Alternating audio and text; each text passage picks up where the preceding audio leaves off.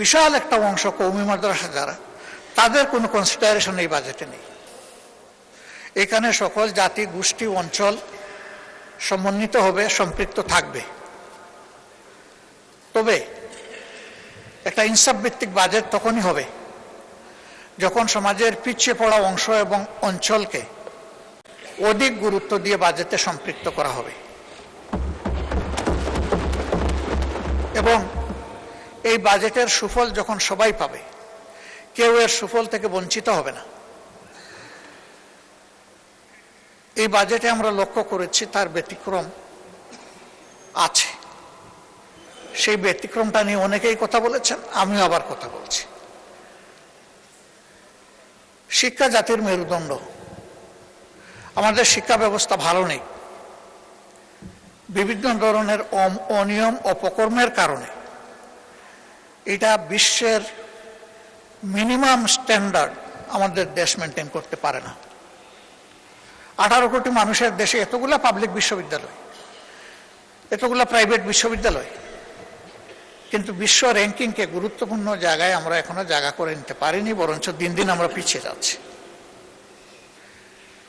এর মূল কারণ এই শিক্ষা প্রতিষ্ঠানগুলো নিয়ে আমাদের কোনো নির্দিষ্ট ভিশন নেই এবং সেই জায়গায় দক্ষতা বৃদ্ধির এবং দক্ষ লোকের সম্মান করার কোনো জায়গা নেই। বরাবরই রাজনৈতিক আনুগত্যকে প্রাধান্য দেওয়ার কারণে নিজেদের ইচ্ছা অনিচ্ছার লালন পালন করার কারণে আমাদের শিক্ষা পিছিয়ে যাচ্ছে। কোথায় গিয়ে থাকবে আল্লাহ ভালো জানে। থামাতে হবে, আর পিছনের দিকে যেতে দেওয়া যাবে না। এখন একটা জায়গা থেকে শুরু করে সামনে এগিয়ে যেতে হবে। সেই শিক্ষা আমাদের দেশে বহুমাত্রিক। এখানে সাধারণ শিক্ষা আছে, কেজি থেকে শুরু করে বিশ্ববিদ্যালয় পর্যন্ত। আবার এখানে মাদ্রাসা শিক্ষা আছে। মাদ্রাসায় আবার দুইটি মৌলিক ধারা আছে, একটি আলিয়া মাদ্রাসা আর একটি কওমি মাদ্রাসা।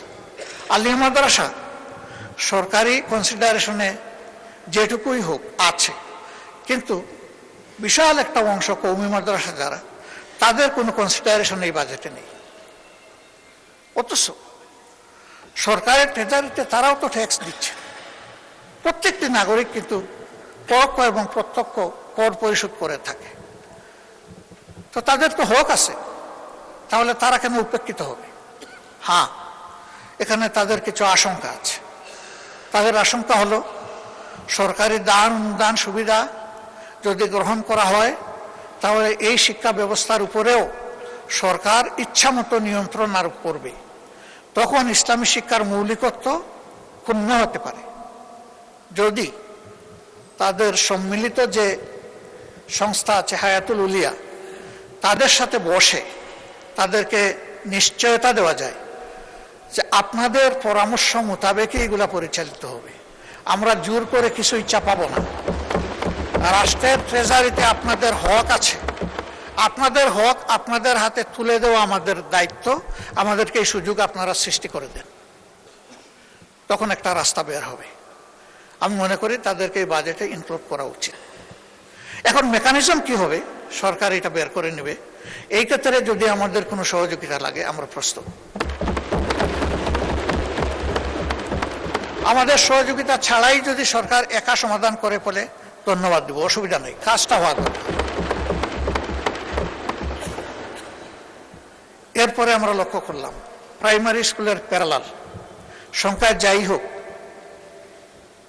ইবতেদায়ী মাদ্রাসা আছে। সেই মাদ্রাসাগুলার কোনো অ্যাকোমোডেশন এখানে নাই, আমাদের বাজেটে নাই। তারাও শিক্ষায় কন্ট্রিবিউট করছে। আমি দাবি করব তাদেরকেও এর অন্তর্ভুক্ত করা।